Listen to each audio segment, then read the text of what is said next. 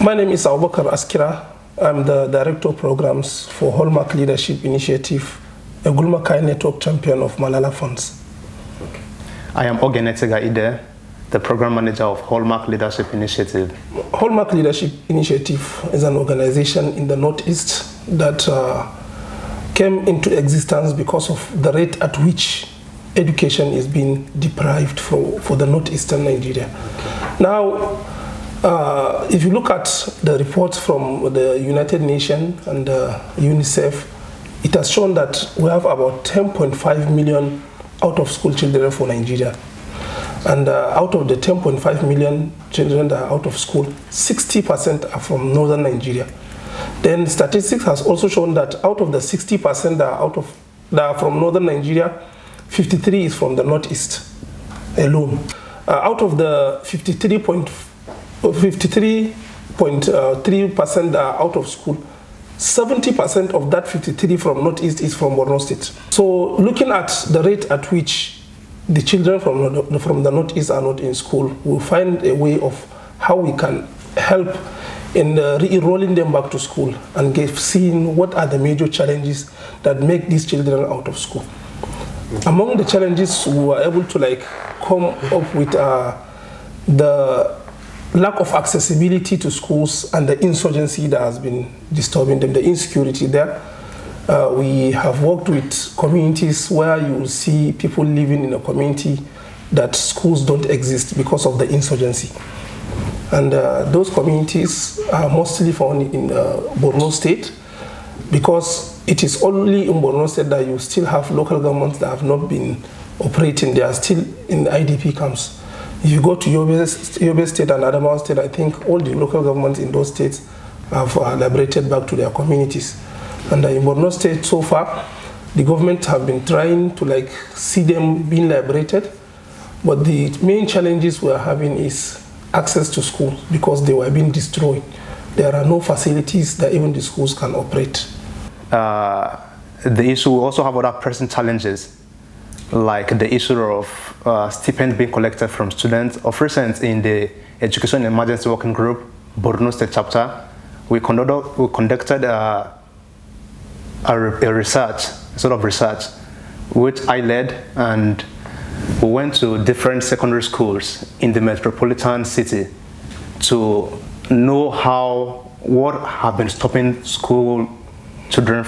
young children to be going to school. So what we're able to get is that the money that they pay, the money that the teachers or the school management request from the students, most of them, their parents cannot afford it. And it's a pretty difficult situation for them, because even their parents could not even afford what to eat in a day. So how do you expect them? Though the money might seem to be little, maybe as little as 500 naira, 200 naira, but to be sincere with you, it is difficult for them to get access to such money.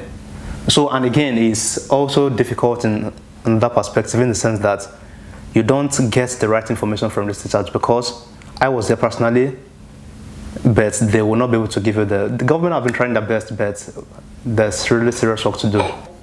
When Chibok girls happened the abduction of Chibok girls happened in the Northeast or in Borno State, it took us, the CSOs and the Education Emergency Working Group, a long time to convince parents to release their children back to school. We are advocating to parents that, see, that one has passed, take your children to school, it will not happen again. Unfortunately for us, after the campaign for 2 years, the Dapchi issue came up. We have to start a new one all over. As I'm talking to you, I am currently implementing a project in the increasing of enrollment of female child in schools in Borno State. I'm working with about 3 local governments, Damboa, Kondiga, and Gubio, where we enroll children back to school. We sponsor them by Malala. It's a sponsorship by Malala Funds project, and they enroll the children. They supply everything that is being needed by the school children. That's uniform, school materials, sandals, including the registration fee.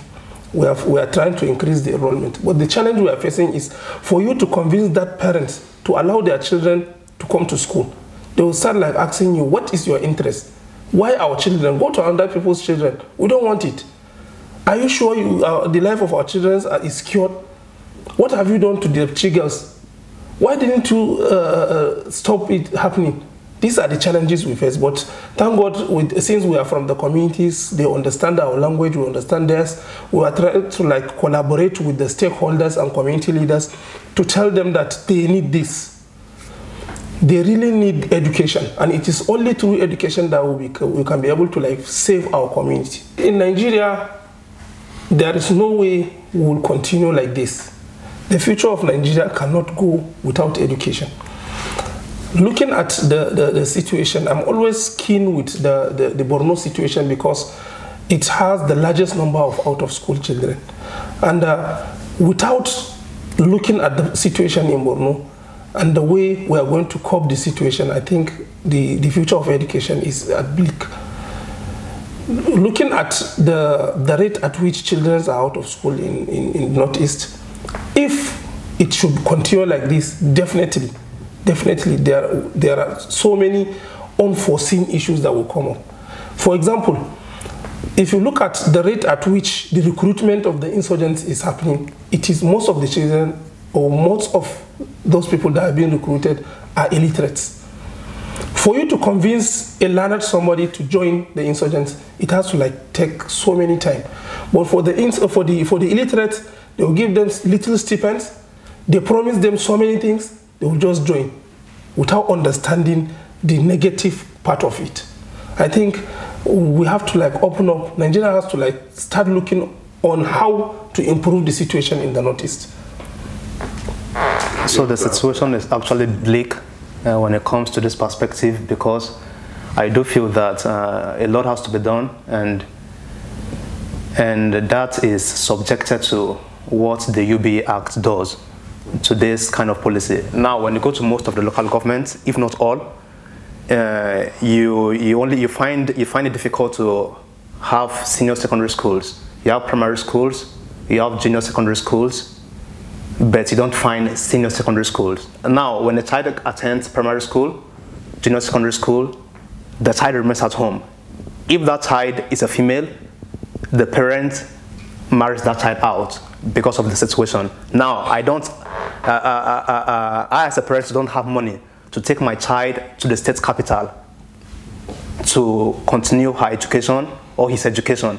Now, what would that child do? Is to be at home. Now, we have a kind of situation like that in Gubio, where we have an interaction with a woman who has about 8 to 9 children. Now, in the 9 children, they all desire to go to school, but she doesn't have the resources to take them to the state capital. She lost her husband early this year. So now what we should do is difficult. So the child, which the first son, has to sponsor himself. He's less than 15 years. He sponsored himself to the state capital, which is not actually a good situation. So if such kind of things continue, you see the girls being at home, the boys being at home, and being used for all kind of devices. So it is not encouraging. So the UB Act has to be amended to from the 9 years to 12 years, so that senior secondary schools can be built in those local governments. I feel that it's going to help a lot in a long way. Just to add to what my colleague just said about the amendment of the UB Act and the need for children to complete the senior secondary school. You see, when children graduated from the 9 years of education, which is the basic JSS3 school, most of them left school entirely because, one, we complain about the accessibility. The UBA Act says it is compulsory for every child to reach 9 years of education or to get 9 years of education. When they reach the 9 years, nobody cares whether they continue or not. And the vulnerability of those children is within that age. They are just attaining the age of poverty. Poverty where all of them will be like, we are now grown up. So I think there is need for this amendment for at least the children to complete the 12 years of education so that they can be able to like be out of that dangerous or vulnerable situation. It is within that age of 14 and 15 that they can easily get recruited. And for the girls, it is within that age that they fall into all these cases of the GBV, the even getting early marriage.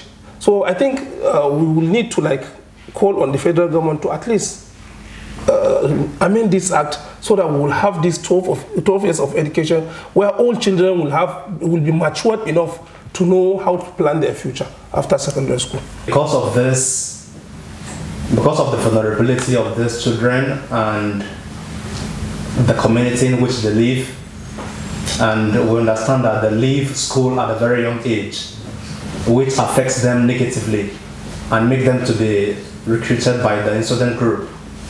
On this reason, I am appealing as a humanitarian worker on behalf of the benefit of the country and to creating a better society and nation, that the House of Representatives led by Honorable Yakubu Dogara should amend the UBA Act so that we can have a sustainable society. From the experience we've had on the field in the implementation of educational activities where we support children and enroll them back to school, we've noticed that there are a huge number of out-of-school children, and most of them are leaving school after the 9 years of education, and they feel like staying at home instead of continuing the education to the 12 years.